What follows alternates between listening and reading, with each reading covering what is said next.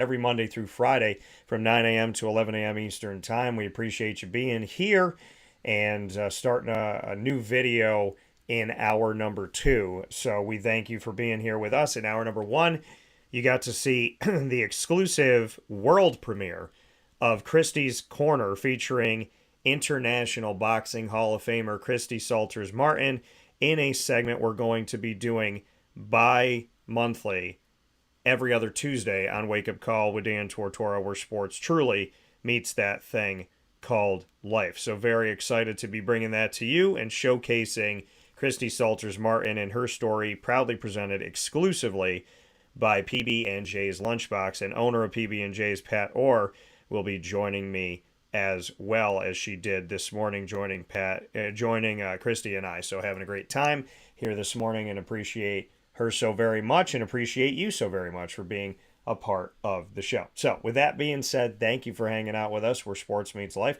Coming up here in hour number 2 of the broadcast, I have the opportunity to feature 2 Syracuse Orange men's basketball alumni, and we'll start things off with Tyler Lydon in just a few minutes. We'll continue with Terrence Roberts. So Tyler Lydon coming up around 10:15 a.m. Eastern Time this morning on Wake Up Call with Dan Tortora. And after that, at 10:45 a.m. Eastern Time, I'll be joined by Terrence Roberts, who will help to guide us to the ingredients to success, proudly brought to you by the wonderful people at Avicolli. So a lot of great stuff coming up where sports meets life on Wake Up Call with Dan Tortora.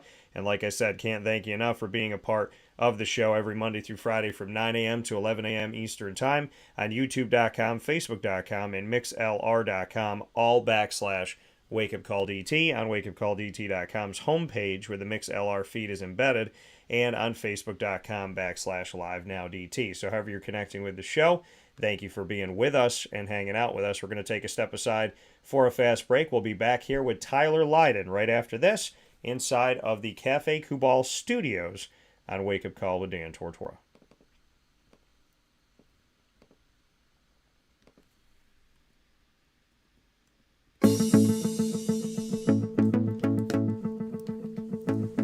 Avicolli's, located on the corner of Route 57 and Wetzel Road in Liverpool, New York, has been your trusted neighbor for decades. Located just steps from Liverpool High School, we're happy to have the Liverpool Warriors on-site, on-location broadcast at Avicolli's through Wake Up Call with Dan Tortora every single month, featuring student athletes, coaches, and administration throughout the year from Liverpool High School. Head out to Avicolli's today on the corner of Route 57 and Wetzel Road in Liverpool, New York, open Tuesday through Sunday for lunch, dinner, and drinks. We'd love to see you out there. And of course, you can call them at 315-622-5100 for takeout, delivery, and catering. That's 315-622-5100. And also find them on myavicollis.com. That's myavicollis.com.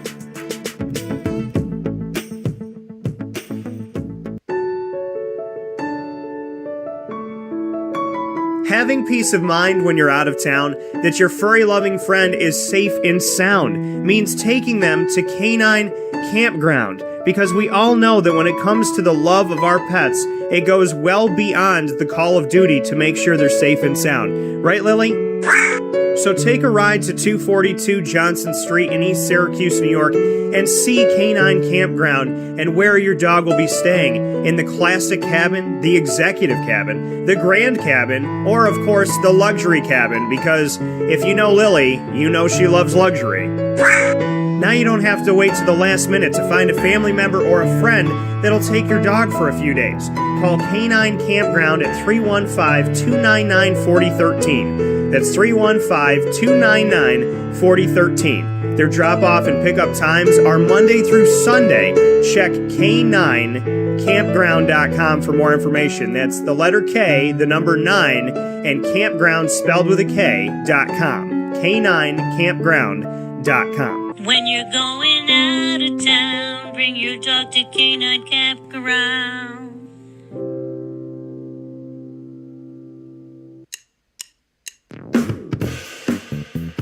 PB&J's Lunchbox, the food truck that you love finding all throughout Central and Upstate New York, now has a street-side cafe. So when you're craving their traditional favorites as well as their out-of-box amazing menu items, you can now head to 663 Old Liverpool Road in Liverpool, New York. Located just minutes from the highway, the Thruway, Destiny USA, and Onondaga Lake Parkway, PB&J's Lunchbox Street-Side Cafe is there for you Monday through Saturday from 9 a.m. to 7 p.m., serving breakfast, lunch, and dinner all throughout the day. Get breakfast for dinner, dinner for lunch, whatever you fancy, including their award-winning grilled peanut butter and jelly sandwich. Find them at 663 Old Liverpool Road in Liverpool, New York. PB&J's Lunchbox, where we love to know what's in your lunchbox.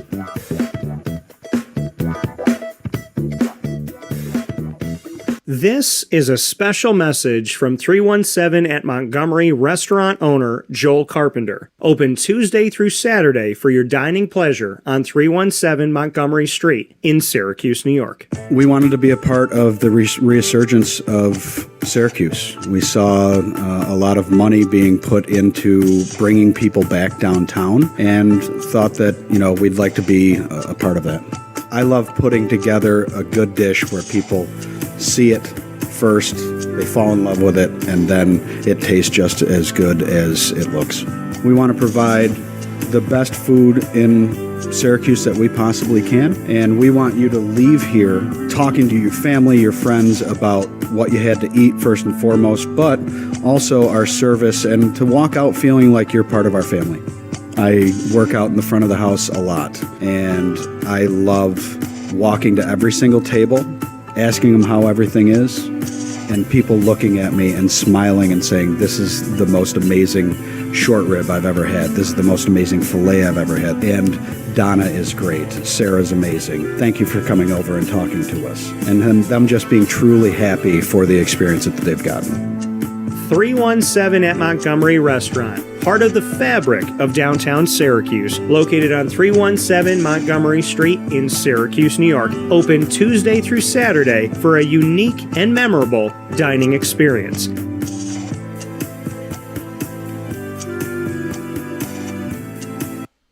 Welcome back here to Wake Up Call with Dan Tortora inside of the Cafe Kubal studios, hanging out with you where sports meets that thing called life. Cafe Kubal, 3501 James Street, 324 West Water Street, 401 South Salina Street, all in Syracuse, as well as on 343 Fayette Street in Manlius, New York, and on the corner of Route 11 and Taft Road at their drive-through location in North Syracuse. So make sure you head out there today. Let them know that Wake Up Call sent you. With that being said, we are in hour 2 of today's broadcast, and we are featuring two awesome Syracuse Orange basketball alumni and guys that I consider friends. Tyler Lydon up here with us right now, and will be followed by Terrence Roberts, who will bring us into the ingredients to success, proudly presented by Avicolli's on 7839 Oswego Road in Liverpool, New York. So very happy to have Mr. Tyler Lydon here on the broadcast. We spoke when he was at Syracuse, and we've spoken ever since. He's always been great about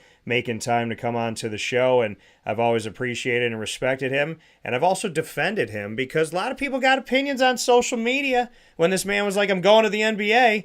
So I'm out there, dodging knives and bullets and all kinds of stuff, playing Matrix games for Mr. Lydon, but it's worth it because the good guys are the ones and the good ladies are the ones that you reach out and do the best for, and he's one of the best that I've gotten to see come through this program. So with that being said, a man who can make threes with only one shoe is here with us right now, Tyler Lydon. Tyler, how are we doing today? I'm good, man. I appreciate you having me on. Absolutely. Always happy to have you. And so let's get into the most important thing, the most important piece of business this morning. You have a baby boy on the way. I do, yes. My wife is due July 28th, so we're super excited to start our little family here. Hopefully we got the newest Syracuse recruit.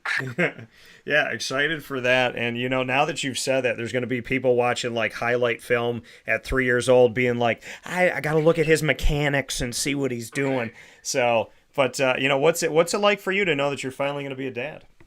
I'm super excited. Something me and my wife have talked about for a while now, but it was just a matter for us of just getting our life in order. And, my life was all over the place, and she's running around with me as I'm going from team to team in the NBA and trying to figure out what the next steps in our life we're going to be. So we're both very, very excited. Definitely puts a whole new perspective on things, that's for sure. And for you, what has been the best piece? I mean, I'm sure a lot of people give you advice, total strangers as well as family and friends. People just walk up to you in the supermarket. Oh, you're going to be a dad, I see. Well, why don't I tell you all this advice even though you don't know me? What's been the best piece of advice that you've gotten so far?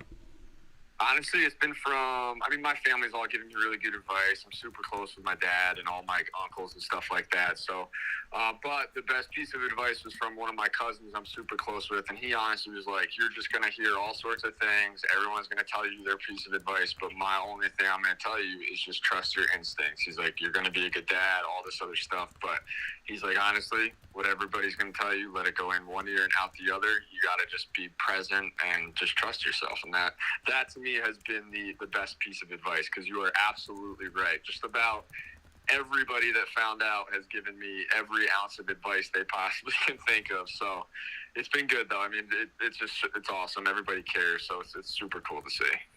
That coming here from Tyler Lydon, Syracuse Orange, an NBA alum, here with us this morning on Wake Up Call with Dan Tortora inside of the Cafe Kubal studios. Tyler, the State of Syracuse Basketball, at the time we're talking right now, the team does have a winning record. They have 7 new faces on the team. I think people forget that a lot. Whenever this team is in transition mode and having to make up for a lot of points that left the building in Cole Swider and Buddy Boeheim, as well as the fact that, this team is making up for a guy who underneath was very, very fundamentally sound in Jimmy Boeheim. The team's 14-10 late in the season with 7 new faces, 6 of them true freshmen. How are you feeling about the team right now at 14-10 with the majority of the roster being new? Yeah, I mean, look, at the end of the day, 14-10, we probably as fans and somebody that's been in the program, you don't want to see that. But at the same time, like you just said, there's 6 true freshmen. There's all these new faces on the team. So I have a ton of excitement looking forward to the future. Granted, guys stay and all that. But I'm super excited for the future. I think this year is a great year for these guys to kind of get their feet wet, get used to what it's like playing in the ACC, because it's tough. I mean, it's super competitive conference, obviously. So I'm very optimistic for what the future holds. Obviously, everybody's going to hold these guys to a high standard, as we should, because it's Syracuse basketball, right? So with that being said, I mean, they're playing well. All the young guys are stepping up. I think that there's a lot of good stuff that's going to come in the future. Yeah, and when you see, I mean, obviously when you were, let's go back to you being a player. Did you ever read anything that people were saying? Did you ever go on message boards or read any articles, or did you stay away from it?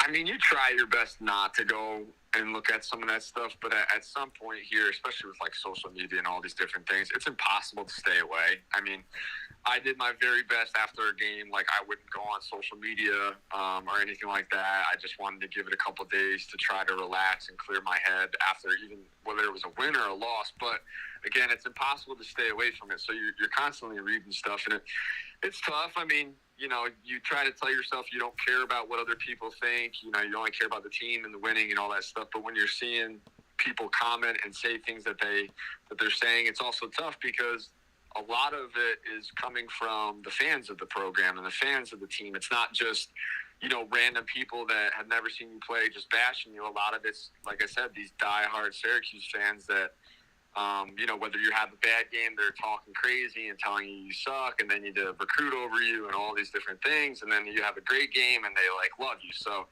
it's tough. I mean, it's hard to find that balance, but I tried my best to stay away from it. Yeah, and Tyler, I mean, I think you and I can agree that the terminology of fan is a very loose term, because there's, and on the show I like to say fan versus fanatic. There's a fan is somebody who may be upset you lost, may be upset that, hey, Tyler Lydon turnaround jumper at the buzzer didn't go in. I'm frustrated. We should have won that game. Right? They're frustrated, but they stay the whole game. They love you. They clap it up. They tell you, hey, have a great next game. And then there's the fanatic who is miserable, hates their job, hates their life, can't stand their spouse, the kids are driving them nuts. They come to the game, they're losing their mind, they're threatening to like kill you and everybody in the building if you don't win the game. Those people, to me, they pose on message boards as fans, but I imagine they're the same people whose coffee is never done right at the coffee shop. They're the same people who think somebody cut them in line at Wegmans. They're the same people who think that they're the only person in the airport trying to get to their flight. So how do you differentiate between the two? Because you kind of have to train your ear to say, okay, here's some people that are frustrated with how I played, but they care about me. And here's some people that are frustrated at how I played because they're frustrated about everything. Right. Yeah. I mean, I think especially when I was playing, it's honestly a lot easier to read those two different situations because, I mean, you said it probably perfectly. After a loss or something, right? You're playing Duke at home, and maybe you lose the game, and it's a big game. And there's fans that, like, as you're leaving the court and leaving the arena, that are waiting outside and congratulating you, saying you played a great game and it's okay, and all these different things. And then you can look over and see the next person next to them, like, flipping you off and, you know, cursing you up and down and telling you suck. So everybody that's a fanatic is pretty apparent. All those people show it. They're very easy to read. It's also very easy to tell who a true fan is and all those different things. So it's all very apparent. Everybody kind of shows it one way or the other. You know what I mean? Yeah, you know, and that's the thing. You know, I think, you know, eventually it comes out, and you have to be, you know, I guess you got to have thick skin. How long did it take you to? Not I guess, I know you have to. How long did it take you to have it? Because in the world we live in, listen, and we'll talk about it, but, you know, Jim Boeheim is probably, I think if you polled the country right now, the top 3 subjects that people talk about are gas prices, healthcare, and Jim Boeheim. That's what I think. And so we'll talk about that in a second, but let's go into the thick skin, because covering sports, I thought to myself, hey, you know, I got a really important job here, because I have to talk about wins and losses, but I have to be constructive and respectful, because a lot of people in the media, it's not about respecting you, it's about writing the story, right? If the fans want to kill you, then they're in the mob, right? They're there with the pitchfork. And if the fans love you, they're with them, and they function back and forth like a chameleon.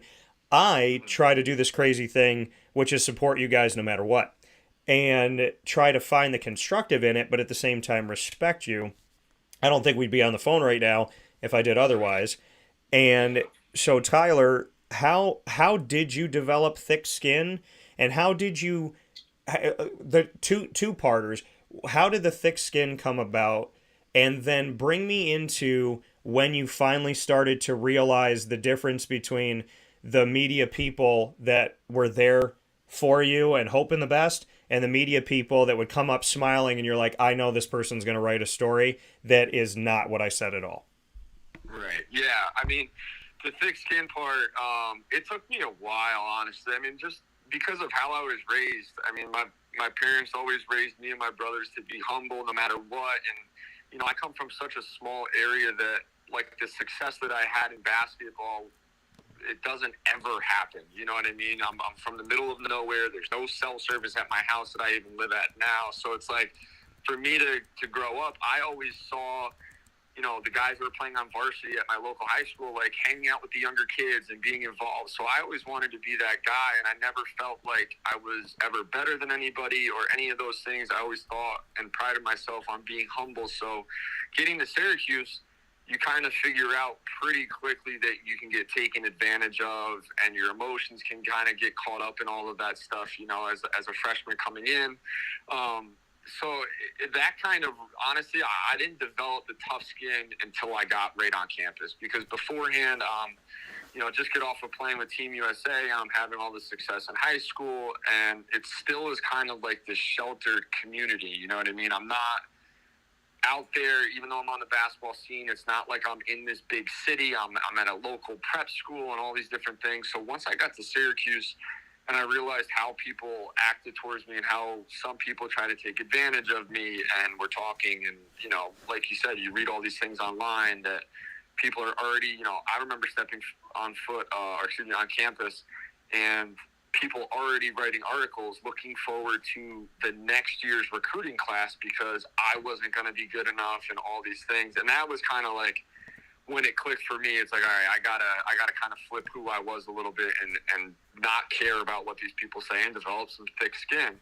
And to your point too, with like the media, I mean, for me, I think I do a good job reading people, and I think I can genuinely tell who cares about me as a person and a player and all those different things. And then there's the people, like you said, that are just there to write a story that can get the most clicks and most views and all those things. And I struggled with it at first because I kind of, again, I wanted to respect everybody as a reporter. I understood that that's their job. But at the same time, I was like, well, why am I going to talk to this person? If they're just going to write a story that is made up or things that I didn't say or whatever it might be. So that was a big thing for me. Like, once I left Syracuse and I actually got to the NBA, like, you're probably one of the very few people that I'll even pick up a phone call from up in Syracuse that, was a reporter while I was there and all those things, just because I'm like, well, I'm not going to be done with my career now and you're going to ask me to get on an interview after talking bad about me for 2 years, or, I go to the draft and you write an article and are bashing me and talking about all these crazy things. So for me, it's pretty easy to read all that. Well, I appreciate that you answer the phone, and it's a great honor for me, Tyler, because listen, everything that I said it in hour number one. We've had 3,500, if not more, guests on the show, and you care about all those people, and you care about all those stories you get to tell, and you gave me so many great moments. You're a good guy. You come from a good family. We had a fan write something in, and I'm going to read it to you in a second, but when you all had a tremendous run and got yourself to the Final Four, there was that time period, really the whole season, but in Chicago, and being in Chicago, I was there. I had been sick. I had a sinus infection. I literally got there to cover the games, I got there early, got in bed, just like drank whatever the medical correct amount is of Mucinex, took a 2-hour nap, and then woke up like delirious to go and cover the game. And I said to my dad, Dad, if they win, we're going. You're coming with me to Houston. And my dad was like, all right. And I'll never forget, I looked down. There's 2 moments in my life when I've done this, and you were a part of one of these moments. 2 moments in my life where I've been at a sporting event in 19 plus years of being a broadcaster that I looked down at the table and I said, it's not over till it's over. It was the Syracuse-Virginia game, and it was this season's Jacksonville Jaguars game against the Chargers. And in that game, when you won, I have never, and I know you're close with your family and you appreciate this, my dad called me up seconds after the game ended. I think it was within like maybe 6 minutes that he called. He calls me up. I'm in the press box still. My dad doesn't like cry that much. He doesn't scream. My dad was on the phone yelling at the top of his lungs. He's like, we're going to the Final Four. We're going to the Final Four. And he said some things about Virginia I'm not going to repeat. But my dad, he was like, it was all in good fun. And he's on the phone. He's like, we're going to the Final Four. He's like, yeah. He's like, take that. You guys thought we were done. And so, I will never forget that you and the crew gave my dad and I a trip to Houston that we never would have had otherwise. And it's when you cover a team and you're only interested in the story, you enjoy those moments for what you think you can get out of it transactionally. When you care about the people that make up the team, you get to have moments where you're like, hey, if they lose in Chicago or they win in Chicago, I love these guys. I got to go on that road with my dad. And I got to tell you this, because I don't know if you know this, but I told Cooney, and Trevor goes, get out. You were the guy that did it. So during Operation Basketball in the ACC, we get to vote preseason. And we put we do our preseason player of the year and all that stuff. And we do the order of finish of 15 schools. Well, I was sick, and so I wasn't able to go. And usually I'm always there doing interviews all day. But I said to them, hey, can I still vote? Because I want my vote to count. It's not my fault that I'm sick. They're like, absolutely, send your vote in. So I had voted order of finish 1 through 15. I had North Carolina number 1. At the last second, I was like, nah, I can argue Syracuse. I said, Tyler Lydon's there, Cooney's back, Mike Benajay, Malachi Richardson. I was going through the whole thing, and I said, I can argue that they deserve to be at the top of this. So I picked you number one. I picked, North Carolina, and you can't see anybody else's votes. And allegedly that day at the ACC Operation Basketball, as you know, the media likes to make something out of nothing. They asked Jim Boeheim, and they said, hey, Jim, somebody voted for Syracuse. And he didn't know it was me, and we've had a good relationship this whole time. And apparently people lost their heads about this. The newspaper got in touch with me on social media, and they said, hey, we're writing a story about you and that you picked Syracuse. And I said, okay, now they basically said, can we get a few quotes? And I said to myself, they're going to misquote me. They're not going to put all my quotes in. They're going to make me probably look like an idiot. So I need to preempt this by doing my own story with all of my quotes. So I gave them everything. They took 2 quotes that made me look like I didn't do my homework. And then they said, mystery man reveals himself. I put my poll up on my website for free 8 days before they found it. There was no mystery. So they say mystery man reveals himself, like crazy, idiot, meaty guy, whatever. And most fans were like, yeah, go Dan. And then some people, I didn't read the post, my ex at the time did. And she's like, yeah, there were some people that were really mean. People defended you. Most people thought it was cool that you're positive. And I was like, it's not just positive. I believe in them. I wrote all that stuff as the season's going on. My mom's laughing, going, you may be onto something. My dad goes, what are they going to do when you're right? And at the end of it, you didn't win the ACC. However, you and North Carolina made up 50% of the Final Four, my top 2 teams. And my dad goes, did anybody contact you from the newspaper to write a follow-up? I said, Dad, they didn't. So... But I want you to know, I was the guy that picked you guys. And Trevor, shook it. He's like, really? He's like, you were the guy? I go, yeah, man, because I saw it and I believed in it. So I just want to say thank you that apparently I was the only person in America, but you guys made me right. So thank you for that. Yeah, absolutely. Yeah, it's funny. I do remember reading something along those lines at that time. So that is funny. I did not know that it was you either that voted first. So that's awesome. Yeah. So I just you know what? It was a great experience. I do want to get to Greg, a longtime listener to the show. Greg wrote in here. Greg, I hope you don't mind to use your last name because you wrote something very nice to Tyler. So Greg Eckert said, I'm very pleased to say I met you, your brother, and your parents at your high school in Pine Plains, New York. Your family was volunteering at a Special Olympics basketball event. It's been a pleasure following your career. I wish you the absolute best in your next chapters, especially your journey with fatherhood. That's awesome. Thank you. I appreciate that. That means the world to me. So, Tyler, let's get into the Boeheim in the room. We're not even going to call it the elephant. It's the Boeheim. So, let's get into the fact that your forever head coach that you spent many a day and many a night with and many a trip with around the country and big moments, including the Final Four. What is your take? How do you handle the fact that everybody, like newborn babies, I think your baby's going to be born and have an opinion about Jim Boeheim. Why do you, how do you handle it? And what do you think about the fact that Boeheim is trending on Twitter at this point, every other day? Yeah.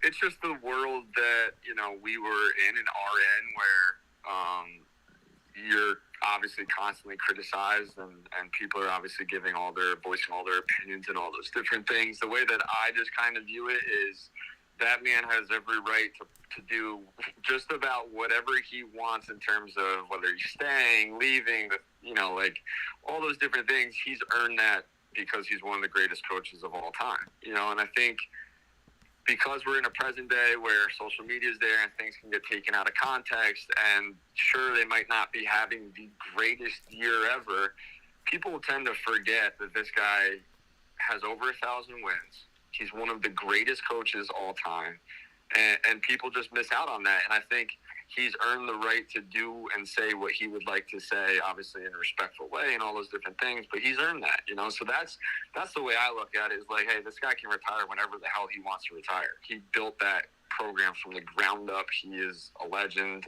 up there, obviously, and across the country, but he's earned it for himself. So that's how I view it. Yeah, in the question of when is he going to retire, I thought when he said with the NCAA, thing, when he was like, hey, I'm going to retire in 3 years, maybe less, whatever, I thought people would stop asking. And then he was like, psych, just kidding. I wasn't surprised at all that he didn't retire then, because no one's going to force him into retirement. He's not that kind of person. And, but I mean, it's a question that, Tyler, I get this question every week, sometimes back to back. I'm sure you get it. And everyone's like, what's the scoop? What's the inside? And I'm like, Jim Boeheim is not going to tell anybody. He's just going to do it. But, I mean, you said he's kind of earned the right to retire when he wants to. 47 years in one place. What do you think about the fact that one of the most asked questions on this planet is not, would you like fries with that? It's, when is Jim Boeheim retiring? Yeah, I think it's, again, I'm just going to say he's earned it. I think it's crazy that people sit there and critique him the way that they do, after giving them a couple Final Four runs and a national championship and all the things that he has done for Syracuse athletic and the university and the basketball program, all those different things. I think it's crazy to read what people are saying, but again, those are the fanatics and those are the people that ride that emotional roller coaster, that when Syracuse is good, they're the biggest Syracuse fan ever, and when they're not doing so well, they want to bash everybody and their mother, So I think it's crazy, and you definitely hit the nail on the head. I mean, I get it.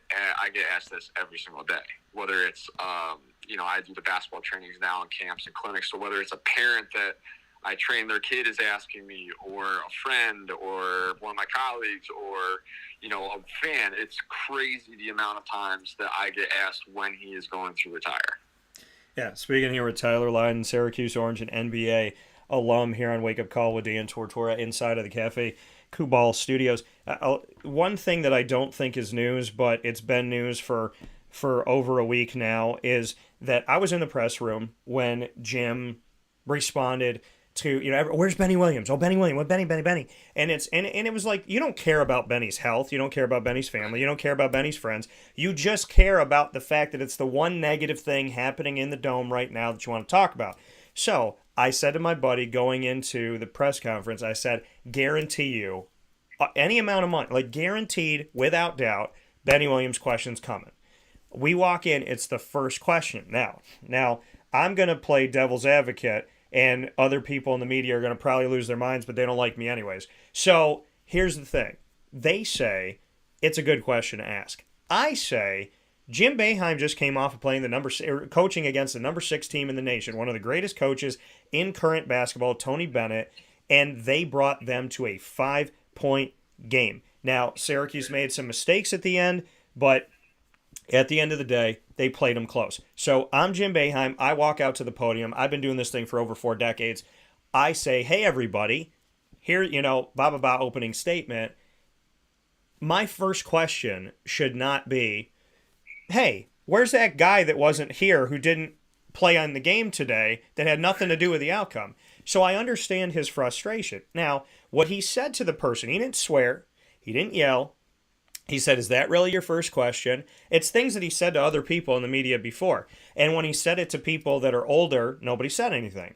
So I don't know if it's people freaking out because it was a student or whatever.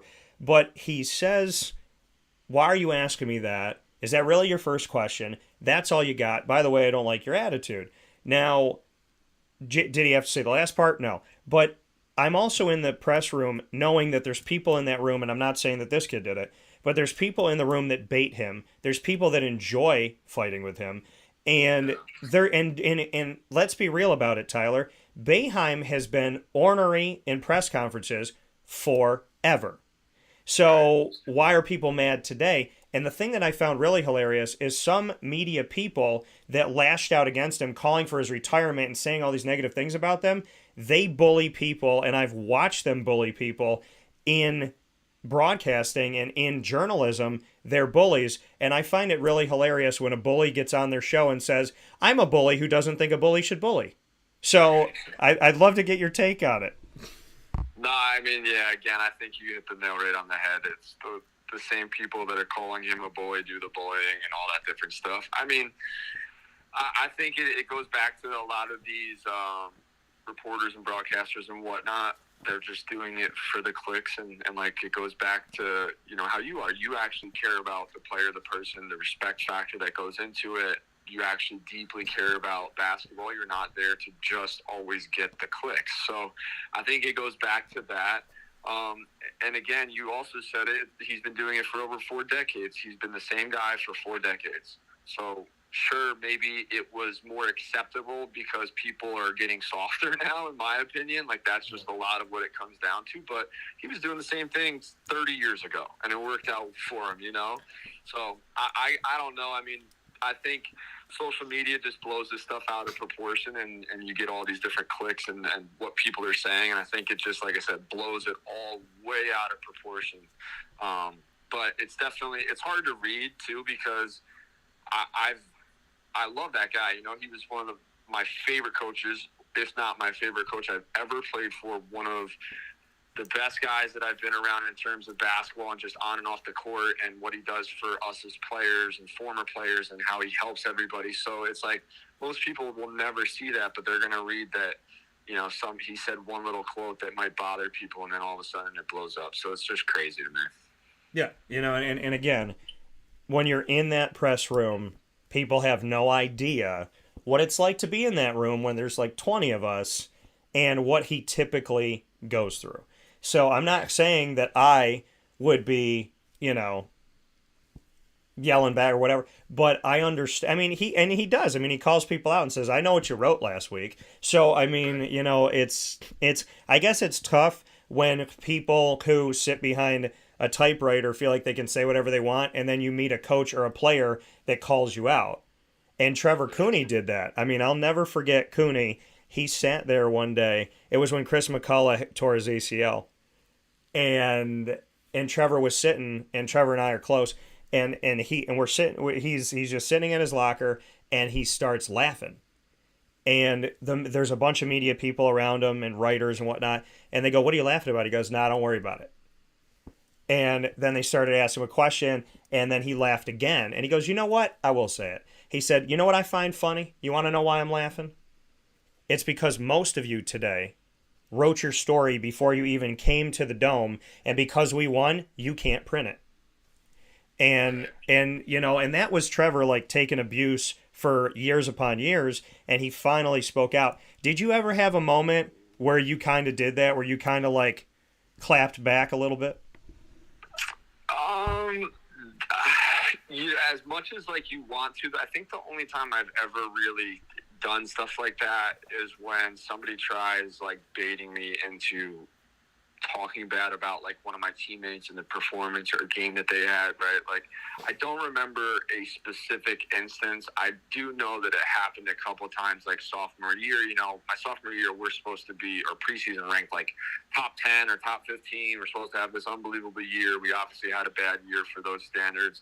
And throughout the year, it's like we're riding this up and down roller coaster of beating really good teams and losing to really bad teams. So it's like those games where you lose to the bad teams, everybody's trying to point the finger in the media and trying to get somebody to say something again to get those clicks. And I would always just tell everybody plain and simple, like, look, you can try to tell me or ask me these questions about my teammates and their performance. And if, you know, let's say, for example, John Gillen maybe had a couple extra turnovers that he normally doesn't have, and they're trying to ask me questions and set me up to say something bad, I would just kind of squash it right away in a polite and respectful way and just say, you know, look, I'm not going to talk bad about any of my teammates. You know, they're my guys. We go to war together, all those different things. So, again, that's an example. I don't remember a specific time. I do recall it having to do that, though, and having to kind of straighten out things right away before it kind of got out of hand, if that makes sense. Yeah, it does. Tyler Lydon, Syracuse Orange men's basketball alum. Tyler, final note, what do you want to say to the guys on the team right now if they were sitting here listening to, you know, you and your thoughts about where they are at 14-10 at the time we're talking? What's your piece of advice?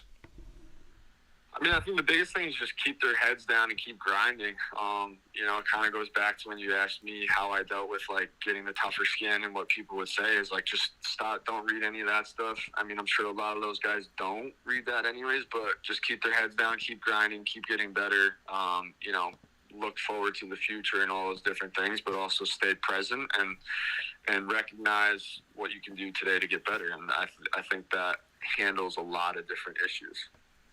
Tyler Lydon, Syracuse Orange and NBA alum. Tyler, I appreciate you. Once again, congratulations on being a father-to-be and your baby boy on the way, and shout out to you and your wife and your family. And thank you for answering the phone when I call, man. I appreciate it more than I could tell you. Hey, always. I appreciate you having me on. We'll talk soon. All right, take care. Have a good day. You too. Bye. Thanks.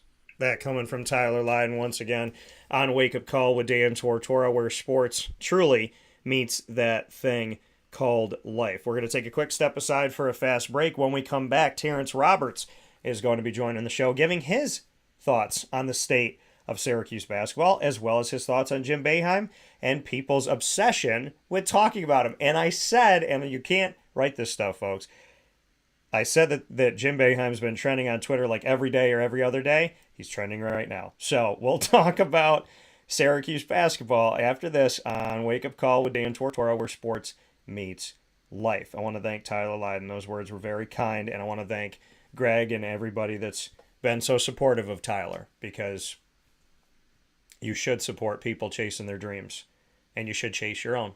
So God bless. Be good to yourself. Be good to each other. We'll take a step aside. We'll be back right after this inside of the Cafe Kubal studios.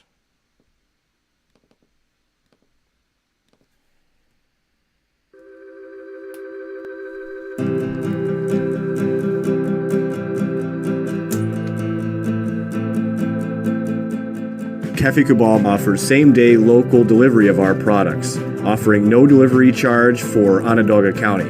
Shop cafekubal.com for fresh roasted coffee beans, cold brew, travel mugs, and all your essential Cafe Kubal needs. Cafe Kubal, coffee for the soul.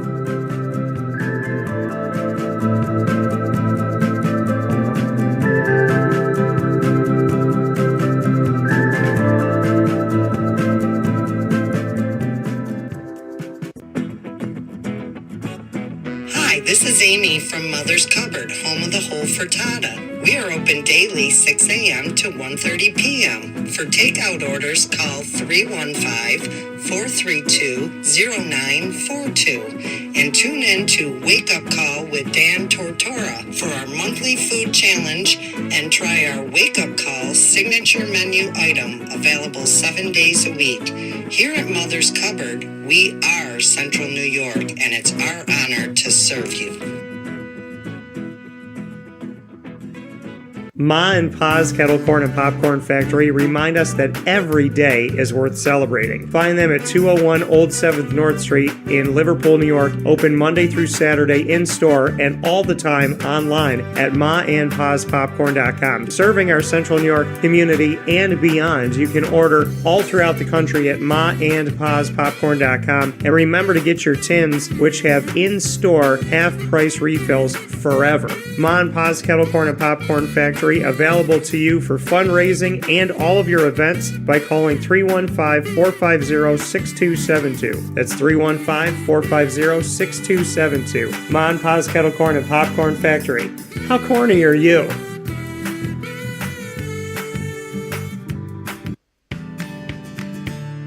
Witty Wicks Candles and Gift Shop, Township 5 Camillus, where you will find handcrafted all-natural soy wax candles over 60 cents to freshen up your home.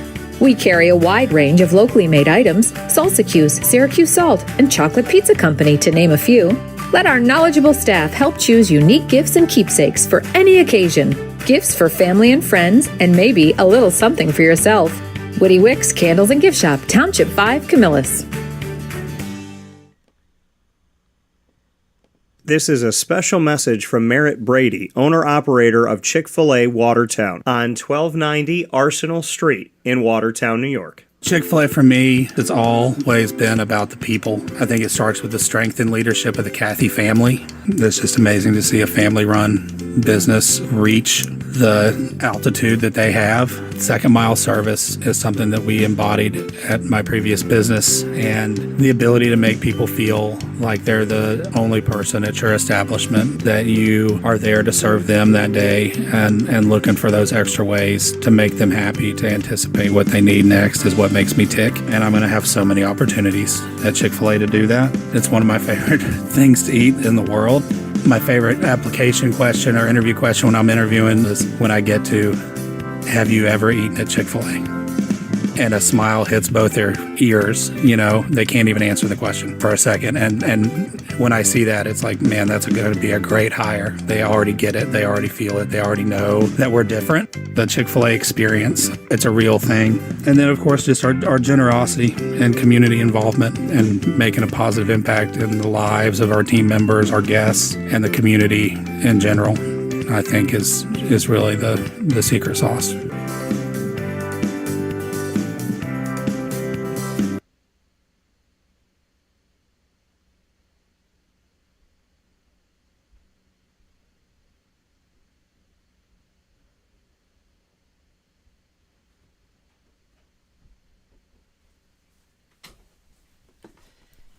Welcome back here to Wake Up Call with Dan Tortora, inside of the Cafe Kubal studios, hanging out with you where sports truly meets that thing called life. We appreciate you being here every Monday through Friday from 9 a.m. to 11 a.m. Eastern Time, and I am honored and privileged to have all of the wonderful guests we've had here on Wake Up Call with Dan Tortora, and one of them being a friend of mine, Terrence Roberts.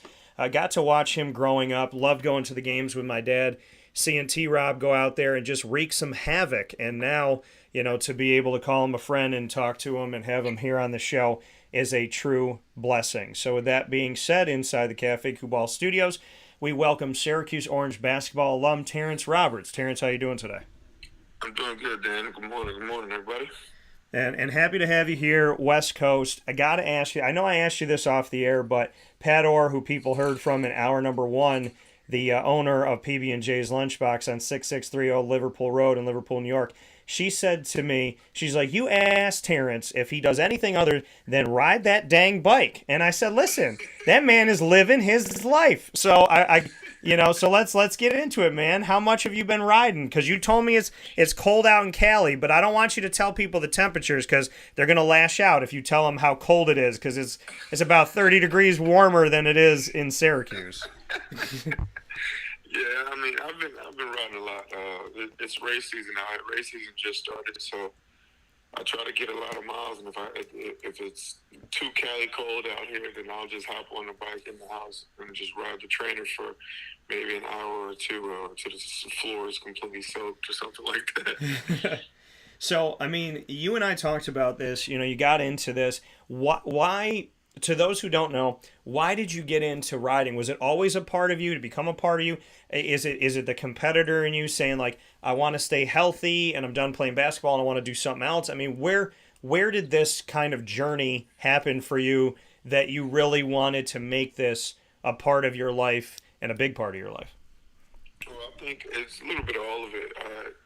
I love being super competitive. I love to be told, everybody used to tell me, oh, man, you're too big to ride a bike. You're definitely too big to race a road bike. So I kind of got into it after that and for those reasons. And then once the pandemic hit, I went I was mountain biking initially, doing a lot of stuff on mountain biking. I was able to keep up with a bunch of road cyclists one day just riding around, and just invited me to do some more rides, even though I didn't have a road bike. And the next thing you know, I was just like, nah, I'm sick of getting my butt kicked by these guys on this road bike. So I just went and got one. There was no turning back from there. I'm a speed demon, so, and an adrenaline junkie. So all of the thrills I get from it it's very similar from what I got from basketball. So, like you said, people, when somebody told you can't, you're like, all right, man, so I'm going to go out there and I'm going to do it. I'm going to do it better than anybody. Where were you when you started riding, and where are you now, in your opinion? When I started riding, it was I just thought it was riding. I thought it was like all natural ability and it was going to be easy like basketball to kind of pick up if you put the work in. But no, there's a lot you got to learn, and it's forever evolving, and you have to evolve with it, or you'll be ancient. You'll be ancient in this sport in no time. So I think if I can scale it on a 1 to 10, I was like, when I started, I probably started out like a 3-4. I'm probably at like an 8 right now. Yeah, and that's a great thing. You said you're an 8. How do you get to a 10? Do you think you'll get to a 10? No, I think the younger guys they can get to 10. I kind of came in after my prime, so it's a lot harder to get to that 10. You know, your endurance on that bike really has a lot to do with how old you are. and how long you've been riding. So, you know, I've been at road cycling for coming up on 3 years now, and I didn't start taking it serious until the pandemic. But, you know, I gained a lot of ground, but it's hard to kind of get past certain points where you're just like, oh, might be as good as the pros, but a lot of the pros are in their early 20s and stuff like that with 19 years of experience behind them. So it's tough. I think those guys can get to 10. It's easy for those guys to get to a 10. Guys like me, we kind of peak around 8, 9s. And coming from Syracuse Orange Basketball alum Terrence Roberts, road cyclist of the last few years. Here is the important question. If you were in Fast and the Furious, what one they're on? I think it's Fast and the Furious 92. That's the one they're on. Mm-hmm. And so, if you were in the 92nd installment of the Fast and Furious, if you're in that movie today, and Vin Diesel, The Rock, everybody, Jason Statham, everybody's involved, and you're in a chase, and they're in cars and helicopters and tanks and all that stuff that they have, and you're riding the bike, how successful do you think you could be at dodging bullets, traffic, and Vin Diesel on the bike? Bullets, I have no shot. Bullets, we have no shot.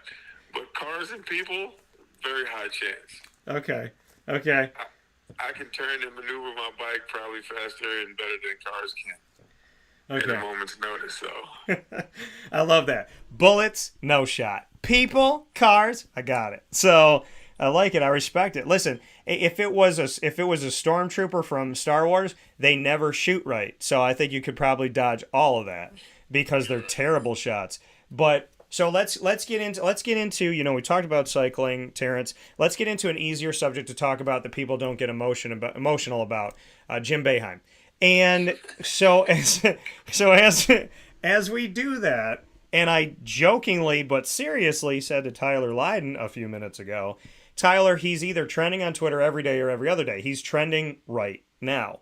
So we're going to talk a lot of pieces of this. We're going to break it down because I know, Terrence, that you know, you're very open and honest about your thoughts, and I appreciate that, and so am I. So we're going to have a very open conversation about this. Let's broad scope it before we get specific. How do you feel about the fact that almost every human being on planet Earth has an opinion of Jim Boeheim? I mean, it's an opinion-based society we live in, so that's not a shocker at all. It was like that back when I was in school, so you either love them or you hate them, so. And what's been news recently, which I think news is a very loose title, but what news has been, which to me is ridiculous. I was in the room in the press conference, and the last game they had, when somebody asked about Benny Williams. Now, I told my buddy, I said, listen, we're going to go on the press conference. They're going to ask about Benny Williams. I know it. I know it's going to happen. I'm not going to ask it, but I know it's going to happen. I know somebody's going to lose their mind over it. So Benny didn't play in the game. And Jim had said, I'm going to address it after the game, whatever. So it's not a question. It was the first question. Now, I've had people ask me in-state, out-of-state, what do you think about Jim Boeheim's reaction? Do you think he should, you know, how do you... And I'm like, listen, Jim Boeheim has been reacting to the media with an ornery, kind of sarcastic, snarky back and forth for 47 years.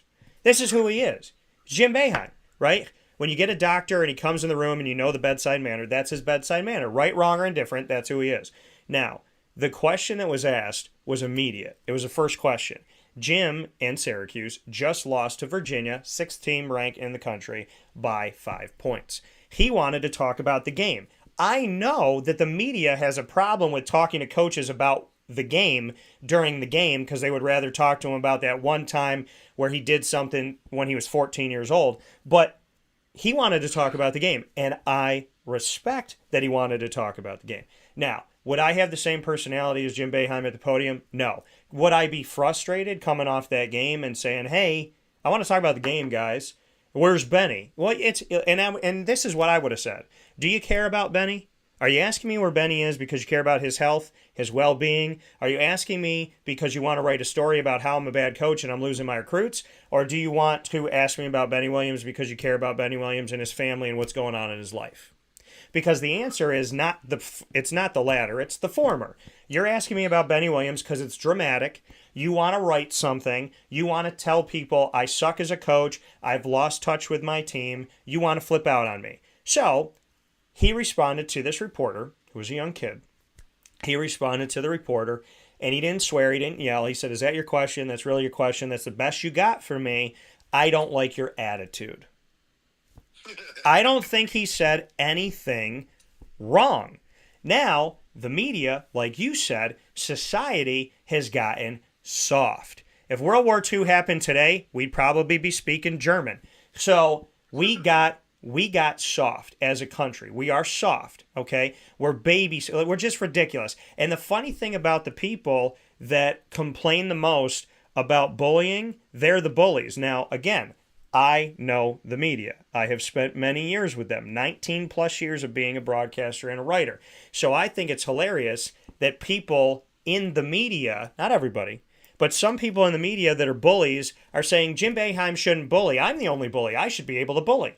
But they're parading as good people in society when I know that they've threatened to punch people in the face. They've tried to scare people out of having a job.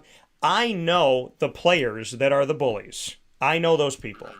And those are the people that lash out at Jim Boeheim for bullying when they're the bullies. I don't think Boeheim did anything bad in giving his thought that I don't really want to talk about this right now. I also think Jim Boeheim's answered questions like that for as long as I've known him, for over a decade. So I don't understand the media frenzy over this time that he did it when he does it all the time. I don't understand knowing that there are people in that media room that will smirk when they ask him a question because they want to fight with him. And I also know the people that have tried to bully me and other people that got on and talked about it and said, Jim Boeheim should retire. He's a bully. And I was like, bro, it takes one to know one, honey. And you definitely are one. So I know I threw a lot at you, but how do you respond to the media when they bully him, they bully each other, they don't tell the truth, they fight with him, they bait him, and now everybody wants him to quit his job? I mean, everybody's been wanting him to quit his job since I was in school. Yeah. So it's like that's not nothing new. But I mean, he could care less about the media. Man's been there so many years. Half of the people that do the media were in Pampers when he started. So it's, if not even thought about. Like, so he could really care. He could really care less, and he should continue to care less. He answered the question the way he wants to answer the questions, and if you don't like it, I mean, find something else to write about. That's all it is. He really just doesn't care. He doesn't care how you feel about him, and at this point in his career, why should he? You know, it's, if you want to call him a bully because he expresses himself probably more than a writer or a analyst can publicly, then, you know, get to where he is, and then you can complain. But they don't look at it like that, and I think a lot of people really don't understand that he could care less about what the media thinks about him at this point. You know. Syracuse Orange men's basketball alum Terrence Roberts here live this morning. Wake up call with Dan Tortora inside of the Cafe Kubal Studios. To the point of a bully in the media, calling a bully and telling him to stop bullying.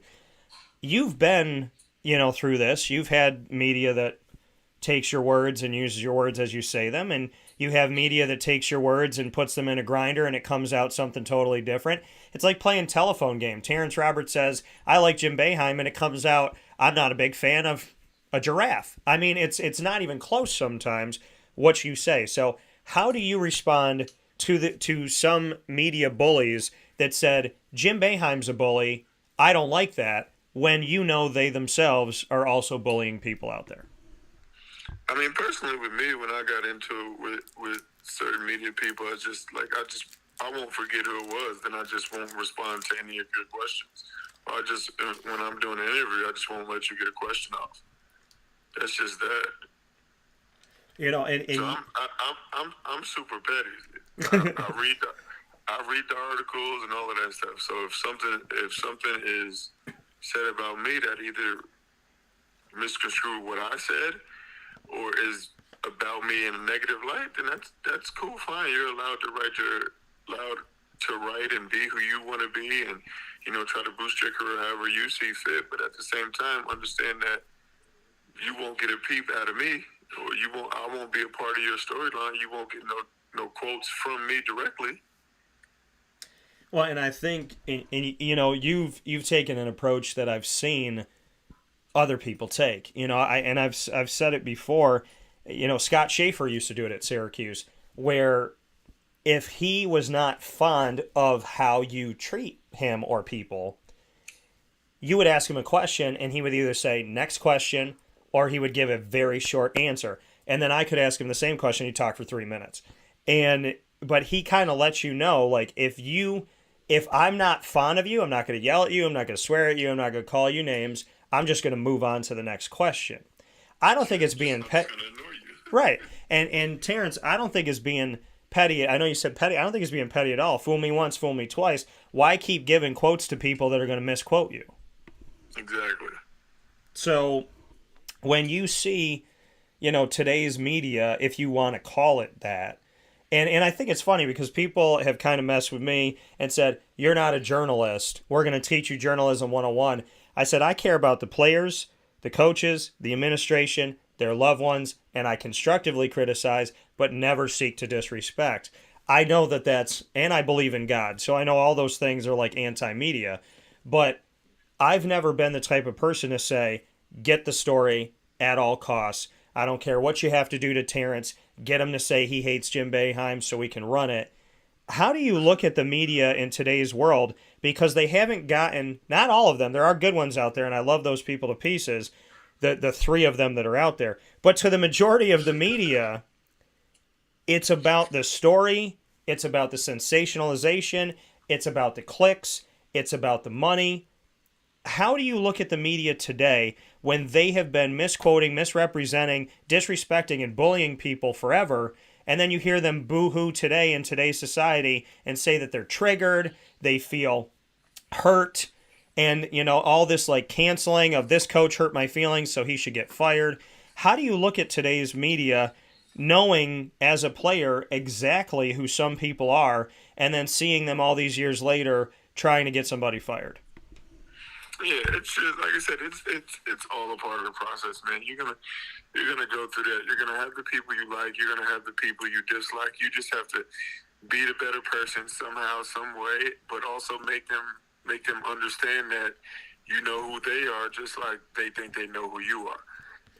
You treat people how you want to be treated. That's all. In my opinion, that's all that really matters. Treat people how you want to be treated. And everybody else, you just let them fall by the wayside. Yeah, I say it all the time. I'm like, I don't need to help that person dig their ditch. They got the shovel and they're doing a great job. So exactly. So Terrence, what did you learn? If you could talk to the student athletes and the coaches right now, and they're sitting here and they're listening to you, coach of any age, student athlete, whatever, time of their career, or professional athlete, if you could give any piece of advice, having played collegiately, professionally, what is your advice to those people out there that are chasing their dreams and finding it difficult to have their story told correctly? Well, just, you got to constantly focus on you night in and night out. And, you're forever evolving. So your story will forever change. You just have to know when the transitions are coming and be able to adjust to them. Most of the people in basketball who decide, I want to be a professional, I want to do this, whether it be overseas or I want to play high-level college basketball, they don't really understand. They don't really understand that it's always going to change. It's never going to be the same the entire way. It's never going to go the way you plan. So you continue to work, you continue to build, you continue to grow with the times, you continue to grow with the coaching, you continue to grow with the style of basketball that's being played, because that's also a thing, being able to make transitions. The more you work, the more you study the game, the better off you'll be. And that includes the media. Yeah, and that's and I appreciate that, because knowing the game, watching the game, studying the game, that's something that I think is such a beautiful part and a beautiful element of it. And Jim and I talk a lot, in these press conferences, and we've talked, just him and I in his office or, golf course or whatever. I love having the opportunity to speak with Jim Boeheim and pick his brain about things, to kind of learn and see where he is. I don't always agree with him. I don't think that today's basketball is a basketball where you can run one defense and not shift and not do different things. If I was sitting there on the coaching staff, I'd be like, hey, let's try this, let's do this. So there's things I don't agree with, but I respect him for who he is and the amount of time that, he's put into the work. But I love being a student of the game. Having played the game and now watching the game, what have you kind of learned? Like, as you continue to be a student of the game, but now you're watching it, not playing it, is there something that you've picked up on, that you've seen, that you're like, wow, I learned something new, or I took something away, or today's basketball, I agree with this and I disagree with that? Like, where's Terrence Roberts in your evolution? Like you said, your story's always changing. Where are you when it comes to watching basketball today? I think just understanding that, you have to be able to change with the game. You just have to. Like, initially, when I was watching them playing basketball, it was like, you had post players, you had this. Now the game's all about, it's all guard play, really. It's good to have a big in there to rebound, or that can play both ends of the floor. But at the end of the day, if you can't shoot the ball, you're not going to be as successful as most teams nowadays. You got to be able to stretch the floor at a high clip nowadays. So, that brand of basketball was fine back then, but it also went inside. Like nowadays, basketball is like, you can care less if it can go in the post. Most of the people that end up in the post are guards now anyway. So, just being able to make the transition and understand how this level of basketball plays is going to be different than that level of basketball. The NBA is going to be different than college. College is going to be different than high-level high school. High-level high school is going to be different than low-level high school. So just understand how it's being taught, understand what's being thrown at you, and being able to grow with the sport is essential in being successful at a high level. Yeah, I love that, because you do have to evolve with it. The game is different from when I played it, for sure. When I was playing the game and we threw the ball into the big man, that big man was like a 45 to 50% free throw shooter, and he knew how to play inside. Right, he knew how to play in the paint and pretty much there. That's where he was. That's where he lived. He lived on the block. That's what he was about. He didn't come out to the three-point line. He didn't dribble. There was none of that stuff. You pass him the ball, he turned around, he shot it, passed it out. So the evolution or the regression of the big man in today's sport, I have to tell you, Terrence, and you played inside a lot and wreaked havoc in there. You were physical back when you could. Remember that time when in basketball you could be physical? Do you remember that? It was like 115 years ago, but do you remember? And back when you could like put a body on somebody and they weren't like, uh-oh, that's a flagrant one. So, I mean, when you look back on the game, I miss the big man. I miss the inside physicality, fighting for positioning, frustration of trying to get in there and, box out, get something to happen. I mean, I miss the big man. And Jesse Edwards, I think, at Syracuse, best big man they've had in a decade. His hands are good. He could dribble the ball. He could spin. He could do some really good things with it. He can get his double doubles. He's very agile. I'm a big fan of Jesse. I've been a big fan of Jesse. And at the same time, I'll talk to Jesse and pull him aside and be like, dude, you're going to foul out of every game trying to block shots.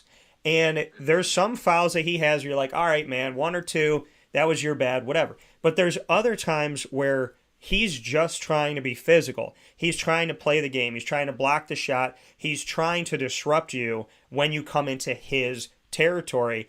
And today's game is not set up for a big man to succeed when they want to block shots, when they want to be physical, and when they want to obstruct you. So what would you say to the big man today? Because I feel like kids are being deprived of growing up and seeing physicality inside.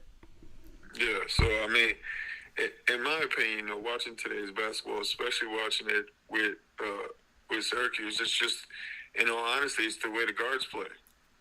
So be there for help, but just don't be out of position to the point where you're picking up fouls or you're leaving the floor. Don't leave the floor. If they score over the top of you as you're standing straight up, then they score over top of you. Don't try to block it, because at the end of the day, he's getting all of these fouls because the guards are letting people in the lane. Yeah. If you think of it, it's always been that with Syracuse. So your bigs get in foul trouble because the guards aren't doing their job. So you ease back a little bit on how you get those fouls, and then now the guards are being shown for how poor defense they're playing and not how over physical you're being because you're trying to block every shot. You're only trying to block every shot because your guy is being either left alone or your guy is getting beat to the rim, and now you have to come over and help. You see what I'm saying? So this is what they do in the NBA. It's like, if your assignment gets to the bucket, that's your assignment. Do a better job of keeping him out the lane. Yeah, I love that, and that makes a lot of sense. I love that you say, okay, hey, you know what? If you let him get by you to come to me, I'm not fouling out of the game because you made a mistake. Do better, and and I can appreciate that, because so much of it goes on the big man. But how many times you see in the 2-3 zone, and I put it to you like this: Jesse has blocked shots in the corner in this zone, but Jesse, as the middle guy in that 3 on the baseline, he should never have to go out to the wing. He should never have to go out there. He should never have to go out to the wing. Should never have to go out to the corner. That's not his job. If he's going out there, the forward missed something. And so it's like, yeah, he's blocking the shot. People losing their mind. Oh, went into the stands, 10 rows, great.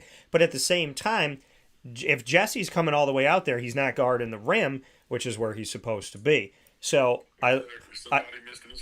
right. So I love your point of saying, hey, Jesse, next time, don't foul out of the game. If they let somebody go by, let it happen a couple of times, and then look at him and be like, dude, I'm not gonna foul out of this game because you're not picking up the guy. I do like that. I appreciate that. That just is what it is. Like, you can't expect the best player. If he was the best player on the team, he wouldn't be going for all of these. If he was the leading scorer on the team, he wouldn't be going for all of these block shots. Sometimes you got to be a little bit more selfish to make a point. Yeah. And me personally, when that happened in our games, I'll just call you out. And I'll let him know, like, bro, I'm in foul trouble because y'all keep letting people get to the basket. Yeah. Yeah, no, and that's it. No, and I feel that. I definitely do. Yeah, coming from team. It's a lot easier to cut off the baseline than it is to cut off the middle. So just stop going for fakes baseline and let them get middle, and it'll be a lot easier to not pick up fouls.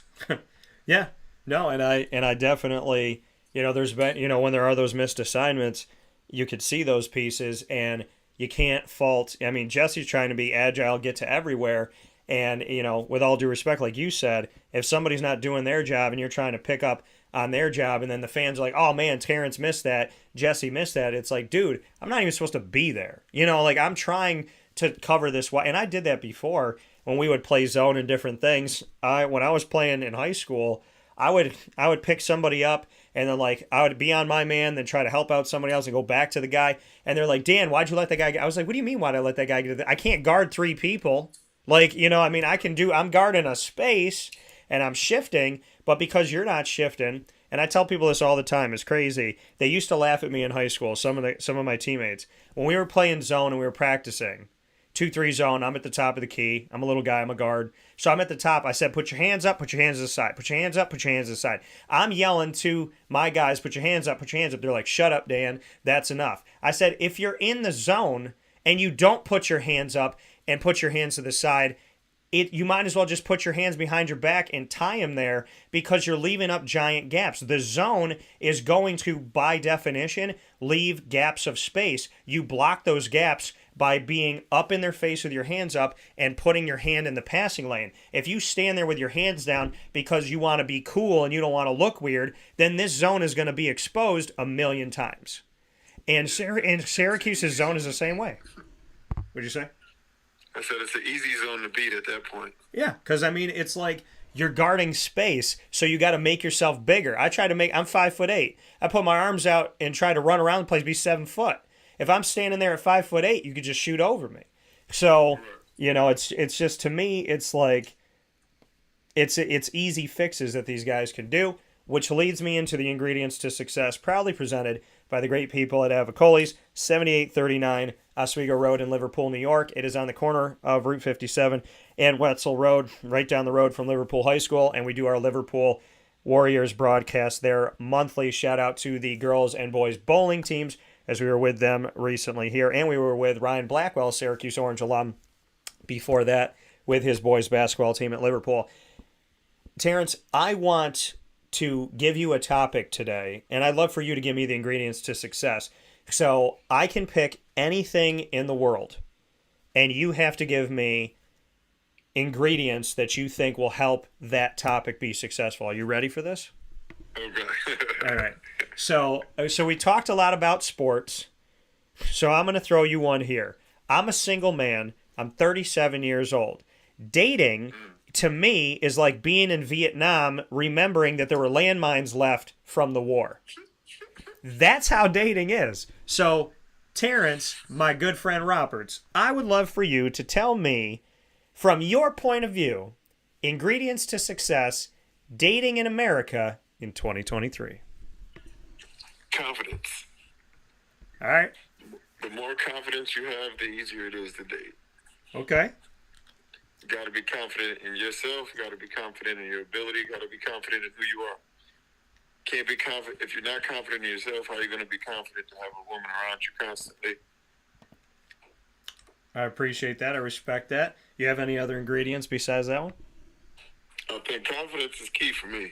That's Okay. what I would tell somebody. Just be confident in what you say. Be confident in what you do. Things should go in your favor. I love that advice.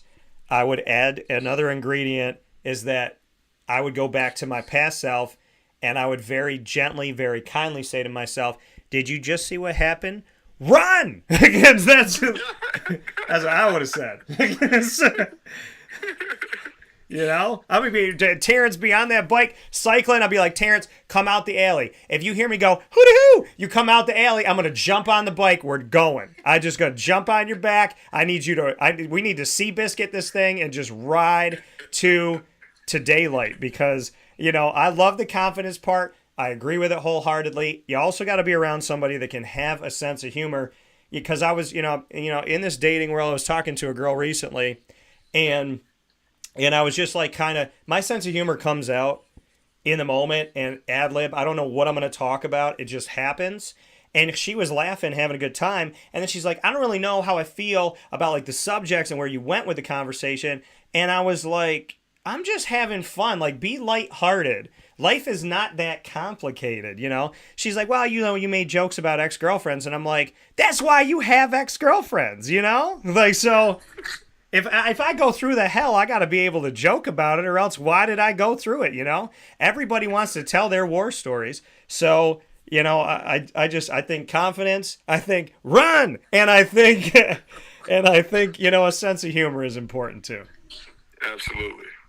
So the ingredients to success, dating in 2023, courtesy of Syracuse Orange and professional basketball alum Terrence Roberts. Terrence, as always, I appreciate having you on the show, man. I love that we got to connect. Yeah, man, I love that we get to connect. I love that you get up early for me on the West Coast. I appreciate that very much so. And, you know, I always look forward to talking with you. So hopefully we get to see each other soon. But I'm always a fan of just catching up and getting to hear how life's going. So I hope you and your loved ones are well, and I appreciate you more than I can say. All right, appreciate you too, man. Have a good one. All right, take care of yourself. Remember, run! I'll talk to you soon. Later. Take care. That coming from Terrence Roberts here on Wake Up Call. And I can't even take credit for that way of saying run, because that is from my man Isaac Elford, because he started saying that to me, that to the point where I tell him a story about a girl and I'm like, yeah, man, so this is what's going on, da-da-da-da-da, and I'm telling him a little bit about it, and he'll just interrupt and say it. I'll be like, man, she said this today, I don't really know. He goes, run! So I got to give Isaac credit where credit is due. So big ups to Isaac for being a part of the ingredients to success. He's a good friend, and definitely a part of the ingredients to success in my life. So shout out to the good ones out there, the real ones, and Isaac's definitely one of them. So appreciate you, brother. Appreciate Terrence Roberts. Appreciate Tyler Lydon. And in the first part of the show, first video, in hour number 1, big appreciation, Bob Beretta. And of course, to the inaugural episode of Christie's Corner, proudly presented exclusively from PB&J's Lunchbox. Head to PB&J's on 663 Old Liverpool Road in Liverpool, New York, for fantastic food that is unique to our community. And be here with us every other Tuesday bi-monthly for Christie's Corner with the International Boxing Hall of Famer Christy Salters Martin, with an incredible story of overcoming domestic violence and abuse, to be here today, living and breathing, and everything she's done with boxing and everything she does to pay it forward with people going through tough times with Christie's Champs, to the fights that she puts on, to just overall her outlook on life, her faith, and her friendship. It's a feel-good segment that we all need, and Wake Up Call is a feel-good show that I hope you listen to every Monday through Friday from 9 a.m. to 11 a.m. Eastern Time. MixLR.com, Facebook.com, and YouTube.com, all /WakeUpCallDT worldwide, Facebook.com /LiveNowDT, and on WakeUpCallDT.com's homepage. Once the shows go live, we just added a bunch of specials yesterday to all of these outlets. So if you want to hear my feature with Beth Ann Shapiro-Ord, the Binghamton Bearcats women's basketball head coach, if you want to hear Gabby Holko, the Susquehanna Riverhawks women's basketball head coach, Caitlin Hajmahalis, the King's College of Pennsylvania Monarchs women's basketball head coach, all of those specials have now been added. They were live yesterday, added yesterday. After they went live, they were already available for you. So go check them out. We're going to put the Terrence Roberts, Tyler Lydon specials on here. Christy, Bob Beretta will be able to share so many great things with you. So really looking forward to that. And you can find us on Amazon Music, Audible, iHeartRadio, iTunes, and Apple Podcasts, MixLR, Player FM, Podbean, Podvine, Spotify, Stitcher, TuneIn, YouTube. All you have to do is search Wake Up Call with Dan Tortora, or one word, Wake Up Call DT. You can also ask your Alexa and Google Home device to play the latest episode of Wake Up Call with Dan Tortora, and they'll do that as well. You can also look up Wake Up Call or my name, Dan Tortora, and you can find me on all of your search engines and connect with all of our great avenues of content from your phone or any of your devices. Big thanks to our incredible partners, Cafe Kubal, Carvel DeWitt, the Wildcat Sports Pub, Witty Wicks, Avicolli's, PB&J's, Lunchbox, Monpaz, Kettle Corn and Popcorn Factory, Canine Camp Dog Daycare, Mother's Cover, 317 at Montgomery. The name of the restaurant is the name of their location, 317 Montgomery Street in downtown Syracuse. We're going to be doing a cool special with them coming up this week. Can't wait to share it with you. They have a new menu. We're going to try it. We're going to show it, and you're going to love it. Canine Campground Dog Boarding, Chick-fil-A Watertown, Great Lakes Honda City, Chick-fil-A Cicerone, Chick-fil-A Clay, and Pizza Man, and we are also the exclusive multimedia marketing partner of your Lemoyne College Dolphins. It is Fins Up every single month on Wake Up Call with Dan Tortora. In our exclusive partnership, we're going to get conversations with President Dr. Linda Lemura, Athletics Director Bob Beretta, student athletes, coaches, administration, future Dolphins, and alumni that you won't find anywhere else. We are also the exclusive home to all content, being the first to any content related to realignment and reclassification. You can see our exclusive series on Lemoyne's look at potentially going Division I by going to the Lemoyne tab on wakeupcalldt.com. You can also find all of our Lemoyne content there. You can subscribe to youtube.com/wakeupcalldt for our AD and DT specials, our Dolphin Dives, diving into the stories of student athletes, coaches, administration, future Dolphins, and alumni. And of course, you can come to Cafe Kubal tomorrow on 343 Fayette Street, the manliest location. Go upstairs and you can watch our newest Dolphin Dive on site, on location, making history with the Lemoyne men's and women's swimming and diving team, as we will be with representatives of this team sitting, relaxing, having some coffee and tea while we talk sports and Lemoyne from Cafe Kubal. Live tomorrow, the entire show, 9 to 11 a.m. Eastern Time from Cafe Kubal on 343 Fayette Street in Manlius, New York. And for more information on Dolphins, go to LeMoyneDolphins.com.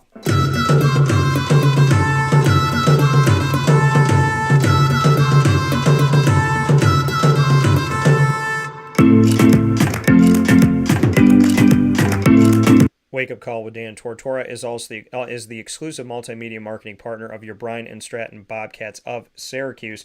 All content with the Bobcats comes through Wake Up Call with Dan Tortora and Dan Tortora Broadcast Media. Find out about the Bobcats coaches and student athletes and incredible stories from the school itself on James Street in Syracuse, New York, by going to our BSC Syracuse tab, as well as by going to our YouTube channel, subscribing on youtube.com/wakeupcalldt. For all your information on the Bobcats, all our Bobcat Buzz specials, stay close to our social media as they can happen at any time. And we, of course, cover their men's and women's soccer, men's and women's basketball, baseball's inaugural season coming up, and we'll be doing something with esports, all of the programs, Bryan and Stratton College of Syracuse, spotlight right here on Wake Up Call with all of the amazing people that help to make these great programs possible, successful, and always moving forward in the right direction. Go to syracuse.bscbobcats.com for more information on your Bobcats. With all of that being said, I want to thank you for being a part of the show today. I want to thank Christy Salters-Martin for being here with us in Christy's Corner. She will not be a part of the show sometimes. She will be a part of the show every month, twice a month, bi-monthly, Tuesdays, every other Tuesday. So she was on today. She'll be back on February 21st. Every other Tuesday, Christy Salters-Martin here with us on Wake Up Call with Dan Tortora in Christy's Corner. The International Boxing Hall of Famer, proudly presented exclusively by PB&J's Lunchbox on 663 Old Liverpool Road in Liverpool, New York. AD and DT, we did a bonus one today. I'll be at Ted Grant Court. I hope to see you there tonight. 5:30 and 7:30, women's basketball first, men's basketball to follow against Assumption. Big games. These teams have been winning. They've been winning consistently, and they have an opportunity to put themselves in great position. The women in fantastic position for the postseason. The men's team definitely helping themselves out right now to make a strong case late.